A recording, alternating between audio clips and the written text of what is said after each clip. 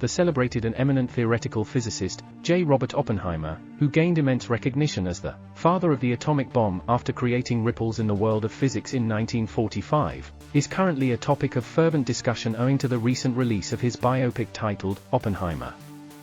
Following the debut of Christopher Nolan's latest biographical thriller, it came to light that the distinguished physicist drew profound inspiration from the Bhagavad Gita, a sacred text in Hinduism.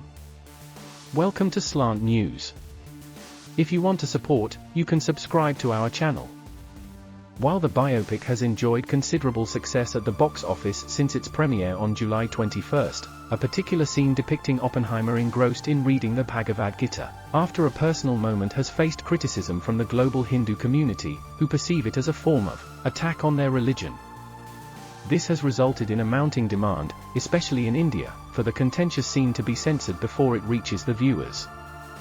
A fascinating aspect of Oppenheimer's life was his ardent passion for learning various languages, which included Greek, Latin, French, and German.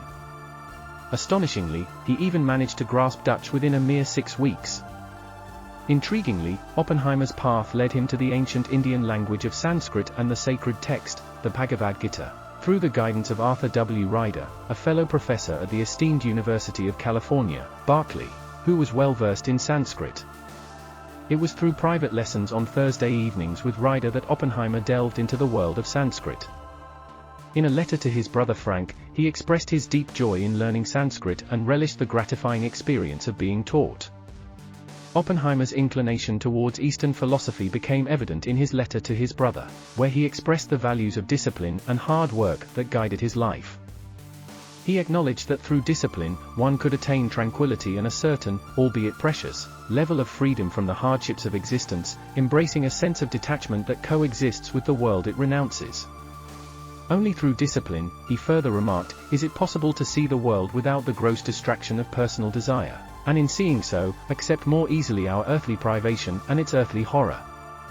Furthermore, Oppenheimer's newfound fascination with an Indian language seemed peculiar to some of his friends, as mentioned by his biographers. Harold F. Chernis, who introduced the scientist to Ryder, perceived this interest as perfectly reasonable, given Oppenheimer's taste for the mystical and enigmatic aspects of life. According to a report by credible media source, just 2 days before the momentous explosion of the first atomic bomb in the New Mexico desert in July 1945, Robert Oppenheimer sought solace by reciting a stanza from the Bhagavad Gita, known as the Lord's Song, in battle, in the forest, at the precipice of the mountains on the dark Great Sea, in the midst of javelins and arrows, in sleep, in confusion, in the depths of shame, the good deeds a man has done before defend him. Oppenheimer's life remains an intriguing tapestry of diverse interests and influences, and the revelation of his connection to the Bhagavad Gita adds another layer of complexity to the narrative of this remarkable physicist.